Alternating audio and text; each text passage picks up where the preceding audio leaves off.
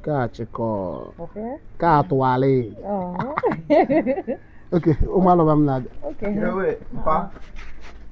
No, but the KNMS na Keko said.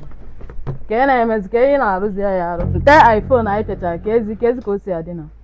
So I couldn't just stampede him as criminal. I will buy a happy year stampede, and I may yana co boy. I could see you. I can't do school. Nah, can I miss you? I am Wazi, I know it be my announce. Omelani JJC as no way I am an emina. I ain't a lot all a bruise all I it is a game market and kitchen. In my one problem, unna fast forward. Okay, what I go?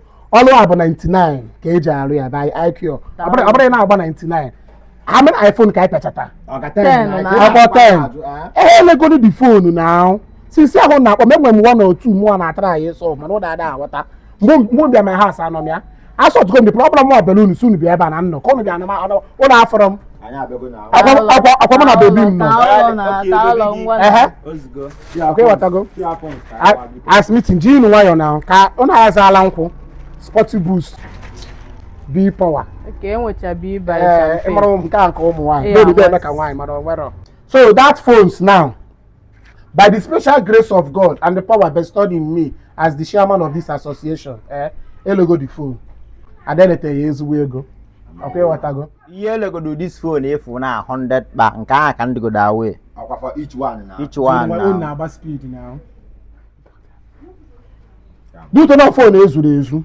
I don't know go ya for my tia. J unlock wire hack and do your hack. So you also know you go each one for 100 back, like you said, all the correct. 100 back. So 100 by 10, you get 900. Like 1 million and I want for you. 10 phone. 1 M now, and what for you? 100 times 10. Oh, okay, 1 million. Okay, 1 million. Okay. When I go to Ega, Imana income and expenses. Moto come by wage and about on public transport. Kind of suspect. Say book mobile online. You moto now I'm coming and going 250,000. 250. I want to go there and online can book you now. I put a motor say now for yaring. So you go for 750 now. Yes. So Kainaga, Mandi police, Mandi army, Mandi Udogachi, Mandi Akodo no chanuzo. Sachon ka hapo seba search bam because him na search am na ye welcome. So more na so to far as he day. So last you settle offer is 50 ba. So go for the go for na 700. Or 700 for 600. 700 okay. Okay, you say na fi maka say you na acha. So when you mafia can make where na attend go before na dey unlock. Ezugbo anwuta. Onu maka emeka ofo si ade. Okay, what o na ekwu. Na yi akwu aju bia ma ago ma mmiri. So mu adaba na nke nwaanyị aba agana. Jerry ezugbo to ofe nsara one plate eba 50,000. 50 gele. Ofe anu kan ta be self. Ata the man na bezo. Nta na aba ebe 150. Odizi John. Jerry ke nwaanyị aba agana to ye go na one plate. Nwaanyị aba agana na le aba. Number welu nwaanyị. Na ko sa suspect sin na kill message nwaanyị now. Hello, go for na 650. You 1 million. Of 650. I was only can maybe. Masala 1 or 2 bottles. I can sell 1 or 2 bottles now. No bala na ko eba. Last another 50,000. Me go mine here and I'm gone. Offer 600. I went na bata. Igata mgbe mena na agbapụta waziki. Mgbe mena nke anya. I swear, Emmanuel Fulani herdsmen. Na mgbe mena nke anya. If we ndị abu. If they were like 100 men. We kulai. We baba n'ime. If we ndị abu. If we unknown gunmen na ebe a. Fulani herdsmen. O nwere dịka ndị ndị ka ndị Boko Haram. Ha na-asụ Hausa. Nna ndị a chi ticha na everything dị na account mo akpochiri ba ya agbara. Ha dọm nkpochiri akpochiri atọ. Emegide. O nwere egbe ndị abere izie n'elu nsị. Na ọ bụ na memelo by na ye film. Imana fu kam carrier statement. So the story short, mo ade agbara ha 200 pa. How I say na ba? They got for 400. I'm telling you. Kai na put the man bumbu old man. And I respect elders. Enwe mpa. Mmadụ na-aga bigi. Inwe mpa. Oni nwalo mpa alao. Oni nwalo mpa. If this man trauma. We bathroom we burugode je Burumi hospital. enye ya bed akwere ya drip ka m na-adọsi ajụbụ mmụnwa nọọsụ wọrụ ọ bụrụ ihe ka nda nọọsụ so na alọrụ I swear enyekwa mmụnwa bed ma glucose anyị nwụrụ anwụ ma ọgwụ agbara ya agba ma drip nene anụ adụ m ọgwụ ebe a nwa gị ile ihe ha chaji m dute na hospital ndị ụlọ ụka ha bela ego enye m ha na m 50 na adị driver 50 mụ akwụọ ụfọdụ ego ne ụfọdụ 300 ọ mgbe aka m bịara wee kpọzie my baby si ya bịa na edo m anya ha sị onye nwere trauma kwa ịghọta so m nọrụ mma nwụ na depression ụma na arụ adịrọ m ọkwa ịghọtago so nwekpe unu miti mkpọ lọndịrị a na-anọ ebe a ka a nọrọ na shop ya mee asị na mma kwụ ụgwọ họl mba chalụ ka ebe họl anyị nọ na-eme miti ọ bụ miti ka anyị na ọmpa gị nwere ebe a ọ gị kụrụ ihe a ịkpara ya na-akwụ ụgwọ shop so nkwụọ 50 then ụfọdụ 250 so nwa sị na unu bịa na anyị anwụrụ mmanya ọgụ ebe na-abịa mitin o nwere ka ọ dị ọkwa ịghọtago so nwe were 250 gote mmanya mensi ya anwụ ọkwa ịghọtago ọnya bụ mmanya nyere unu na mmanya nke a ihe ahụ 250 keke na mmanya bụ 250 ịma mmanya bụ ihe a smarty boost mmanya na-enye aja energy braz ọya ọbụla ile na cheru ke test ya tọrọ gị ụtọ n'ọnụ tinye fọsịrị bụ 50 so n'ime 50 years now mụnwa bụ onye isi ya ejide 30 ọkwa ịghọtago njide 30 nye gị 5 weruzie nke 40 ize na general pulse anyị maka ada ama chiri case of in case onwe ihe dapụ like onwe n'ime anyị abala arụ ka afọ ego esi wee je buru eje na nke nọọsụ gbaa ya ọgwụ so send na akaụntụ unu ka m send 5,000 ị na-aghọta chere ka onye nchịkọta n'ime dị 1 million ihe anyị eketezi na 5,000 n'ime dị 1 million n'anya ọbụla obi eji weweta dị ego bụ the problem na obi eji wee nalụ nke obele afọ ọkwa ịghọta ka isi wee nabata ya minus n'ụlọ wakpọ mmapụta n'ụlọ anọ m house leave ihe butere ọma ihe nugotere ọma ebiwe mara ụlọ ejoro sọ gbara ihe butere ọma traumatize ịmụ ya isizi m ji mmiri ọkụ a with chicken biko ka nje ịmara obere oge ọkụ ọsịs dọkịta sị ma nwa na nwa m isie ọgwụ biko send them the account biko ịmara ego na mmadụ ada na mee ya na mgbede a ka ọ na-achọ ya cash na POS mpa ọ bụ na ama ka ego a niile rie ya mụ nwa nọrọ na ya ndị ka ịba n'ime ụnọchi na ọ na-atara ego nwaanyị ọma Chineke gọziere m isi m onye obodo ebe agụ ọ baka ị na-abụ ihe onye obodo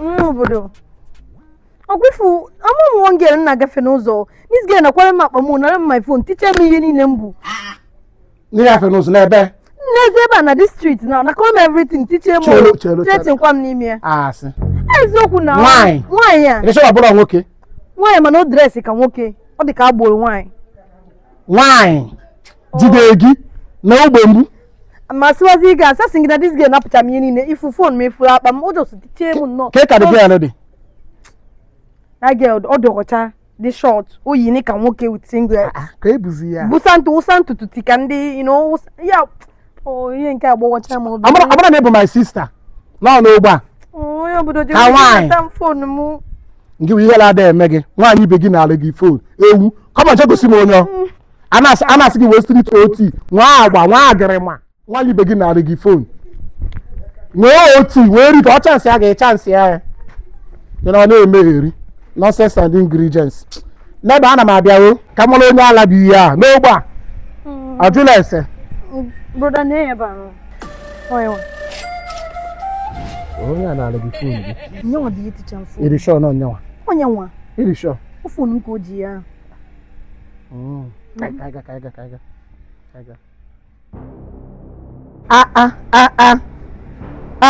nekwa n'anya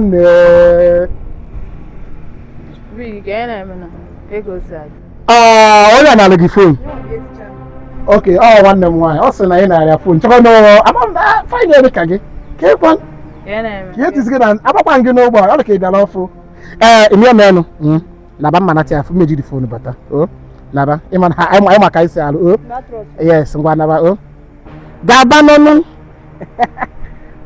nwanne m nwaanyị mana ịmakazi Jizọs ọ ga-aga straight to the point ka ihe na-eme na ka o si adị onye ka na-ekwe ka ejoin ọrụ ọfụ ndị na-analụ fon ọ dị ka ejoin ya ọfụ ị marọ m magoro m touch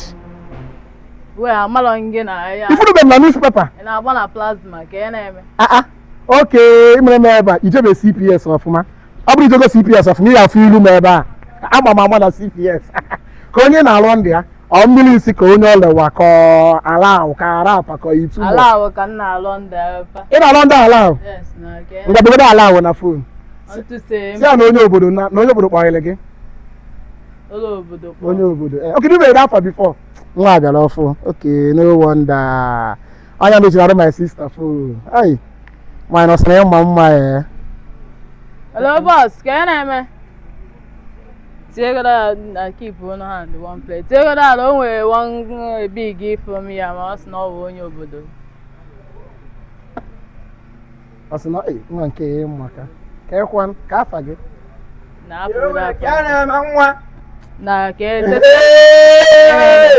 mpara mpasi egwu n'okwu na ahụ ọsọdebe nwa obodo eze nwa ogoli nsa sekwu n'okwu mpa imebigo mpa asụ m nwaya ji nwaya mpara mpa jos mba kwulo da na-emezi ka ya na-eme gbasagharịa ngada nwa be gị bi ya onye obodo dị asa ọnwa m na iwe ya ọfụ dịka oke agwa m na onwe ndị na-ewebata ọfụ na-akpatara m ya ka ha marụ m ka m marụ ha mba ọ na-arụ my junior sister phone ọnya ka m bịarụ ozi nga ọlụ taa na like dịka na tata dị ihe ezi nga ọlụ weda nwere ka ọ dị na ịmagodo ihe dị ka ihe obere last time o enwere onye dị ya onye ọbụla ifu n'ezikịta na ọpụta ya uche ihe adịkwa ya ihe akịta na obodo tara anụ na abụ n'ụgbọ a niile sinye ọma ka a na-agwa na uche idikwa ya na ezigbo uche ihe adịkwa ya ọrụ niile a na-arụ ọrụ n'ogbe a bụ m nwarụ ya ifuru nke ya n'obodo ifef ọ bụrụ ọbụla nwanne m nwaanyị ụzọ ya wetara m court based on who I be ada m atụ okwu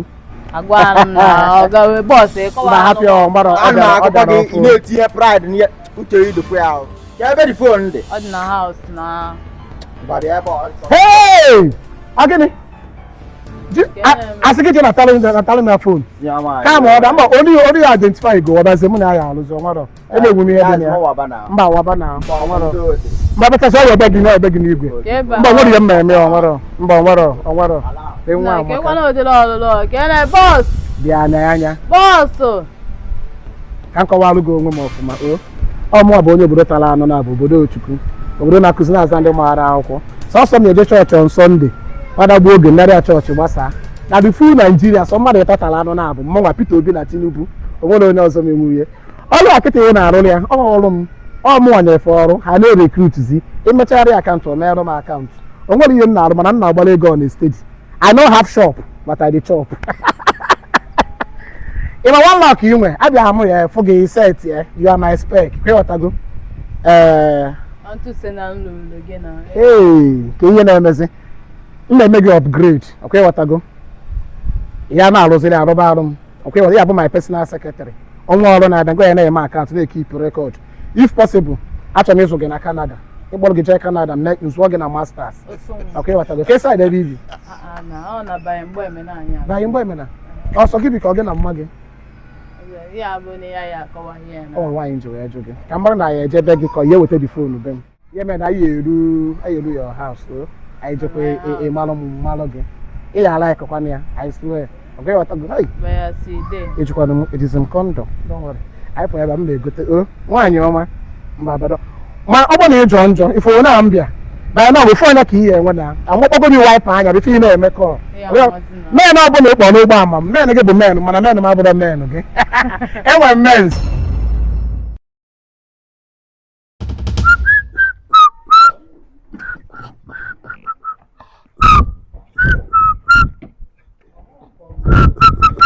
ka ebi nakwana hetụkwa n'aka ihe nkwa nna start gode ka anụ sand ya na nsogbu nekwa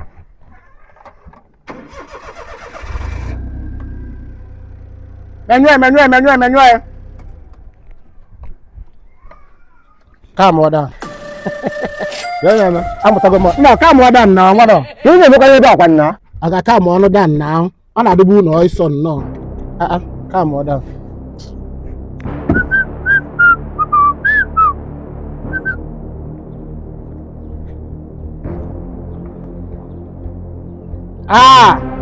Agafego m ihe na-eme moto gị. Agaghịkwa na-eme Ọ mmanụ. Ife ihe eji akwụla anwụrụ. Ọ dịka moto ga-ada emebi. Oyi, nene ya. Metụ ya aka. Ihe fake oil. Ịgba fake oil na moto ọ na-emebi moto. I'm telling you the truth. So ije kịta ije na mechanic were aka gị ka ghara izugo oshi o. Ịghọtago ije gote mmanụ seahorse. Yes, seahorse oil. Okay, ịghọtago igote seahorse igote oil filter jekwuzo ya mechanic ma ọ bịa na-alụ moto. Ịghọtago mụ ịma na mechanic ma adasị m change ya akarịgo ndị level. But I will tell you so agbasịsịa rubbish a dị ebe a gbanyere gị ezigbo mmanụ. I'm telling you. Nke ị na-agwazikwu m pure ya n'ije jichekwa na I'm baptized last week. Ka afa gị dị na Romanus. Otu afa gị dị na Bible ọ na-eme n'ite ji. I'm telling you. Yes, no, just mmanụ seahorse. Nte ji anya na. If you change gbaa the mmanụ start the motor kwụsị ịkwa nwụrụ nye ọkụ ọ nala ọkụ ozugbo. Injin ga-anachiete. No need. Agaghị si na ịkwụ gị ụgwọ. Ọ gaghị esetụrụzi m. I don't like that. I have repented. I'm the cherry given it. Change your man to seahorse. Seahorse. I'm telling you.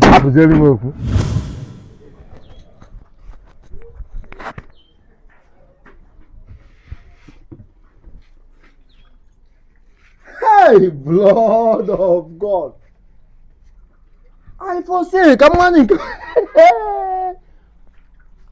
Ọkwa nlọka nna a sịkwazị mụ na akedị nke onye obodo ịbịa nnọọ onye obodo Uncle SP for all reason ebe ti nyazi na ọgba gị ihe na-eme moto gị ọma ntị echi ọma mmenwofu a sịkwazị mụ na ọma na ọlọka nna ahụ iPhone say nwere ka ọ sarị na ọdịbọ ọsọ obodo original mechanic abịago mpa na mpa atara afọ okwu ifu daya ọchọtụ iji agba kepu eremesigo m Akacha ka nwere okwu m. eremesigo m ya ọchọtụ eji kọmputa lelee browse ya analyze ya then always some certain things mfụlụ ebe afọ ma afụnube in my 15 years of mechanic workshop nje cheke na AI gbaarụ m ya na anwụ nnenecha ọkịghọtago so ka m break gị down your indigenation nwere problem your radiator your compressor half and top ebe engine no ebe na-agba half and top ya tse then piston and rings aye change ihe niile ahụ change ọ bụrụ change your piston and rings enwe esophagus na connect from that piston and rings Serigodi na enwe gịnị esophagus ihe a na-akpọ bụ esophagus akpịrị yes ọ dị na moto just like ebe na exhaust onwe ebe na-akpọ indomie inwe idea ya nwere mara ibụra mechanic that esophagus ọ bụrụ change that top gasket that esophagus also connect from there to ebe fuel na-adị the esophagus ọ connect from the indomie abụrụ indomie mba esi m na enwere ebe a na-akpọ indomie nke a dị iche okwu ka nkwu aya connect ya to the exhaust ọ bụrụ change that half and top esophagus gị enwee cancer ada onwee cancer or will affect the full engine in a nutshell ọ bụ asọgide m ego were ego gị ihe eje mgbuka gote half and top gote piston and rings gote radiator gote compressor then ifuzie Belgium esophagus igote mana ọ bụrụ na inwe time inye m 280,000 plus 20,000 transportation na-ejije na ya na-eji wee bunata ya then rụchazie ịmazi ego na ihe enye m ka m lụọ ya ozugbo na adị m free taa na-enwe ọrụ studio ewepụtara gị for today ka m lụọ ya today ozugbo ị na-enwe ọrụ studio and dị free I swear and ọ na marụ ya ma moto enwee kansa onye kwuru ebe a ịchọ buru ya pụọ na agwa nga agba na mmadụ buru ya pụọ na n'ụjọ m ka ghara inwe accident ka ghara igbu ndị mmadụ so gbaa transfer ope 81 nna nekwere m anya ọ mmadụ si gbaba akaụntụ apụba obodo ama m ihe na-eme my moto ana ọyị so m pụọ na ngolu seahorse o nwere mmanya na-akpọ seahorse ọyị seahorse power ọyị mgbe anya na moto m obodo chezọ mkpakwa ga-echi ịzana m ka bụ ọda ịghata maka aka m asị gị nwe obodo m maara obodo for all nation ga-abịa ịgbakọ ọrụ mmadụ ịlụ ọrụ ma ntị eti ịma nwofe ofu hapụ maka njegorisi ọsọ ọyị obodo ahụ na iji free taa ndị ọmaka m maka iji wee dị free so chọọ onye ọzọ ka nje ka ngorisi ya ọsọ ejikwa m AI nene moto gị ahụ onwe gbata m na iji AI hapụzie enyi na akwasị ga arụzi na nje ngorisi ya ọsọ ọyị mgbe na moto ma ọyị na-eji stọọ bịa hapụba ịghọta ihe ebini na aka ịnaba na achọrọ m ịfụga ebe a ma mbịa ọzọ binye enyi na ha na-asị m binye ka m na gị soro na-apụ jos ka anyị pụọ hapụbazie otu na ọmụ anụ m ka ịhụ nọ na m nwa ịma nri m nwa ịghọtago so anyị njegorosi ihe ọsọ ọrịa ka m bụ ịnya na-apụta nị na ha nọkwụrụ ebe ahụ nkwanụ ka egwazi iji ọtọ na ọyị na-eme moto na si họsa bakwe na-apụ ndị mekaniki obere ihe anyị jikwa alacha ngwa ego ngwa pụsị m ụgwọ AI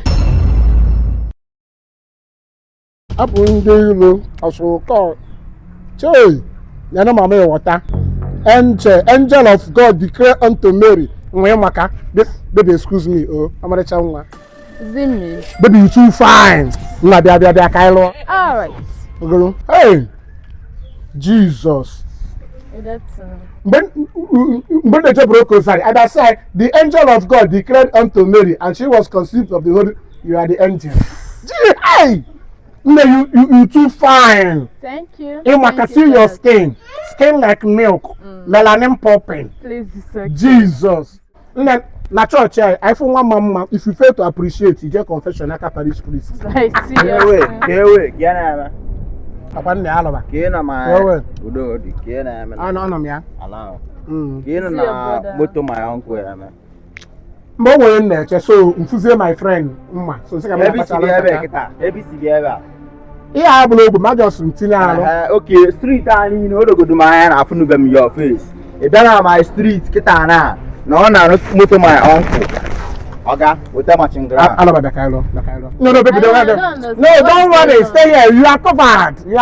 What do you mean calm I'm down covered? wait alọba bịa na bịa ya alụkwan ya alụ ihe na-arụ ana m arụ ya just kọọ ihe a nwere ọsọ ngwa nna achụ ka mma na m anarị ya nọmba You ịghọta guys are oga ya wasting my machine ground time. What is going on? ama m ihe na-akọ ga nye m machine I don't know him. You know me, I'm a gentle guy. Like, I was just sitting here waiting for my guy. Before I saw an angel, I don't know what he's talking about. oga anụ m agwa gị na ebe ịkwụ kịta na ị akwụ machine ground tilu na ị nọ na moto my uncle Can you just calm down? Let you guys just settle. ọ na whatever mechie it ọnụ is. ọsọ anụ m agwa gị okwu na-ekwu okwu ekwukwa na okwu o mpa It has not gotten to that. You are making. na-ekwu okwu ị na-emetụ m aka na You are shouting. You are raising your voice. Can you just calm down? oki anụ m acha Can you just calm down? I'm trying to calm you down, and you are making noise. No. na dịka na anụ m ekwu ike na-emetụ m aka ọga ọ dị onwe ife ihe eme kịta na mmegodu gị ihe ọjọọ dị beliba Calm down. Calm down. Stop ranting. You are ọ dịzi ranting. gị enwekwa ihe tekwa ya time o Nka na-ekwu okwu ị na-atụ m aka n'ihu ọ dị ka onwe ihe ịṅụ. Ị na-agba mkpụrụ mmiri ị na-efie face. Ị chọrọ ịgba ọsọ? naanị ka Ebe onye ị chọrọ ịgba ọsọ nna agwa okwu ị na-efi ile ya. Ị chọrọ ịgba ọsọ ị chọrọ ka ngosi ị chọrọ ka nleti gị ebe a. ịmakwa onye Ị chọrọ ka nleti gị ka onye ibi ka ị na-eme. oki Ka ị na-eme jụọ ese anyị wa ka a na-adụ afa nna agwa gị okwu ị ebe ị gị jidere m akpa ebe ị. Just jebe akpa ka ngosi onye ị chọrọ ịgba ọsọ. Wee chọọ ọ dị ka ị chọrọ ka mmerụ ọ ga-arụ. Ka o se ma wọ ịsọ.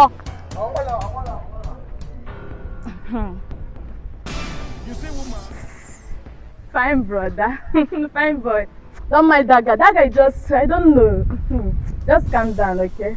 So what were you saying that you were saying something. Na onye nke a ya tamarụ n'ọnụ amụ. Hi. Excuse me. Ka ngacha onye mma etigbunwu. Excuse Onye me. nke a na-ayịkwa ala. Ndị ala na-abụ n'onwe fa Chineke maka ụmụ anyị adị. Nne gị gbara onwe gị. Seriously. Echere m na ọmụ na mmadụ so.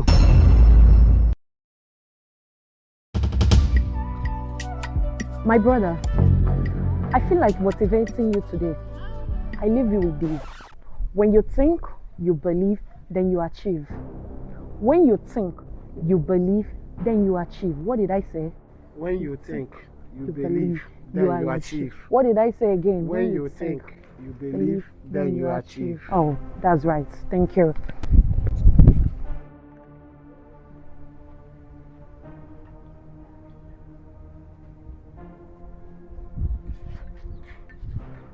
Excuse me, please. came here with my phone before motivating you. Is it this one? Yeah, this one. You know, when you think, you believe, then you achieve. I have think. I don't believe. I don't achieve. Time to go to the makeup.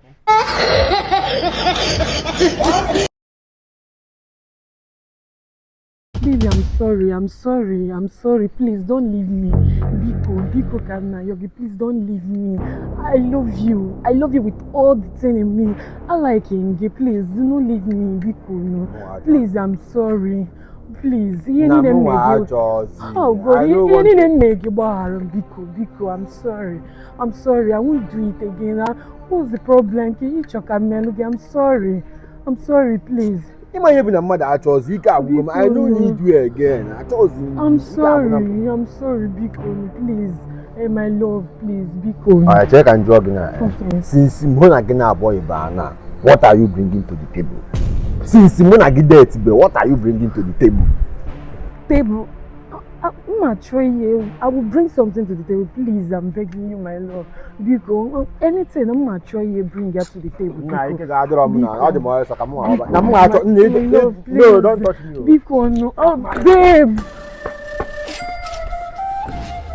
Hey, fine girl, angel, black beauty, ebony black. Hey, other sorry, oh. Thank you. Chaos, why are you crying? Okay, that boy promote here. My boyfriend, he just broke up with me. Okay, I'll break up with you. Chai, that guy I'm married for them man. I'm a fine girl like you, ebony black. Yeah, but the 11th relationship, oh my God, since this year. So no, this is 11th. And how you go. And they're all broken up with you. All of them are broken up with me, asking me what I'm bringing to the table. I don't know. Nah, cry no more. Weep no more. If that's the 11th relationship, and I'm getting old. I can see it. Now I'm your 12th relationship. Eh? Look at me. Abo. You are not bringing anything to the table. In fact, let me shock you. I don't even have table. I'm not in table. What's going to say? Are you serious? I'm telling you. You take care of me. What I'm gonna get if I go now? Don't bring anything to the table. How much the value of what you have? You don't know of value of what you have until you lose it. How you say, Mefa? Just kind of maybe not two back ever. Oh, I'm going to lose. My love, because you me. Man, on the norms first. What are you even bringing to the table? Because half from now go to Genaro. Jesus. So this relationship what are you bringing to the table? Before I gotta say what you are bringing to the pot, can I advise you as a senior brother? Free of charge. No, I must advise you.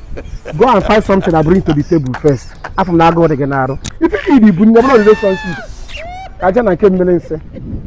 I don't know where can I.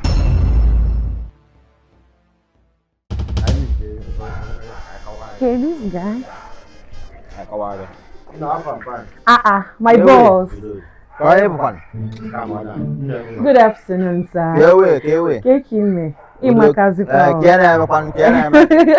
Don't worry, calm your nerve down. So I bonded. Calm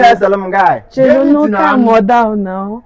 I bonded online content creators. I bonded. If you can finish this food for like 3 minutes, I give 10,000 naira only. Yes. 10,000 in 3 minutes. Cash was the worst. Just be here. I hope you have set the camera. Yes, so cash and carry. I've set it. Hope you are getting it. Yes. Video. I'm videoing you. Okay. Taste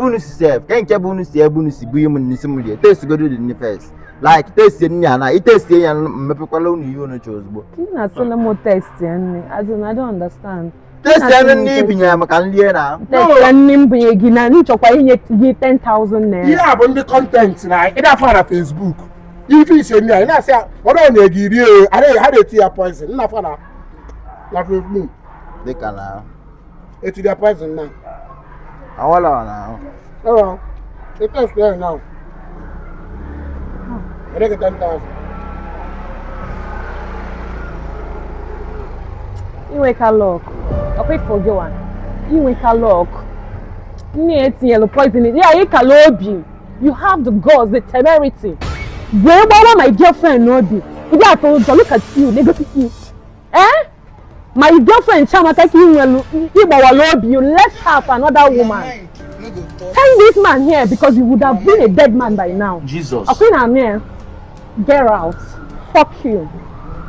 Chalo kwao, chalo. Okay, akamas pana, no be mad at all masi. Chama kazi teunu. Just because of ordinary relationship, see ya. Na Charles dem nyaga balo onwe. Everything but one no. Ori me ego mu ewu kwelikwa nke nli. Okay, anwala. Abalulu obi ma aspa na masi. Ya obuno this brother kita na. Zoptam kita na otaku nu yesigbu maka chi amaka. Okay, anwala. Iya ka plan ele ma abalulu na agbozi ha chalom. So the brothers of target. So this early morning, poison can boost earlier. So poison can boost earlier. The village have succeeded. And get your mano red. And get your mano red. One thing about Ayunga Bundibu, I like a noise and show off. Now, we fail or we lack in recognizing and respecting some people who wear genuine intentions about people. Because I believe in everything beyond that. So some people I may celebrate if okay, what I go? Yeah. While we celebrate them, we also need to celebrate the genuine. Some men who did genuine, but a very big philanthropist that help go millions of souls in many ways, but we fail to recognize and celebrate them. Who am I talking about? Check on top of where. I'm talking about Dr. Stanley Uzochukwu. That is the founder and the CEO, managing director, Stanel Group. The CEO, Deborah Hotel, Lagos. Now, why am I celebrating this young man? I'm a young man. Go come where Okalam we do obony. Okam jide go Okalam we the poor. I been go with Comelo Malam, and I been a poverty. More go 99. What is 100? Only one of the persons, one of the few Igbo persons that have motivated, that have mentored, that have supported most of the billionaires in Anunufa, but nobody is talking about him. I on social media. I will give you 10 reasons why I'm celebrating him. Number 1, Onye on the platter of gold, he will the governorship ticket, cause governor. And upon also Onye win, I might give good. The first time any madu golden opportunity or reject, as soon as nobody hold GM, he stayed copy the private sector. Boy, I don't know when they happen them mad with a gay with our conobia. Number 2, Sosia but the only Nigerian out of 300 million Nigerians now orphanage homes in the whole 36 states of federation. Number 3, Onyabu one of the billionaires or the only billionaire on his birthday every year or shorter than his businesses across Nigeria. Now, billions of naira just to celebrate and feed the less privileged, the widows, the orphanage, and empower people. Only dedicated that day to the welfare and well-being of suffering Nigerians. Number 4, on his business platform and about assets with Stanel, Ebona empower and them empower go over 200 to 300 small-scale business with over 300 million naira. On a steady, as far as long if name, if that will grant establish you onwegi. Stanley Uzochukwu, Stanley. Number 5, he has mentored many leaders and millionaires and successful businessmen. Mentor her, follow you up. All the by a tunega, there by a tea job. It's that Jeju Digi Prince. Oblasi Jejuwe. Number 6, due to his immense impact in creation of wealth and woman development. Also, one of the few Nigerians Emery invite when Donald Trump inaugurate as US president na USA. Nna gwa gị na Brazil Adama kofusi ya akọ ka top of where. Number 7, Dr. Stanel Uzochukwu is the CEO of Stanel Group. They no born you well in Anambra or Nigeria. Inube Maka Stanel, they no born you well. Emadi Day Kiri News. He is the CEO of Stanel Group and Delborough Hotel Luxury. Aye, hospitality but top notch. Ojiri egwu. Number 8, Dr. Stanel Uzochukwu, Stanel Group of Company, but the youngest board member na Ibunedon University. The youngest, despite his billionaire status, despite his connections, despite his influence, if we're Dr. Stanel may lead in a praise and worship in a church. I give you for instance, Imaro Stanel Oka, every morning the workers, whether you like it or not, I am going to morning devotion. Ojiro Chineke egwu, a billionaire who plays not with his God. Onye his source, his humble beginning to Ebon. Ojiro Chineke egwu. So unu na abuto, ono yare ka Stanel. Ona nie meku. If not, I disown you. And number 10, Dr. Stanley Uzochukwu, Stanel Group of Company, be a builder of men and dream. Ona build men, ndo build anolugo. This is his calling. Amara Chineke nye ya ka o ji alu olu. Ona build men. Dr. Stanley, build my dream. I have a dream. I have a dream. My dream is it has 1 barbecue with 4 bottles of Heineken. Okay, that is my dream.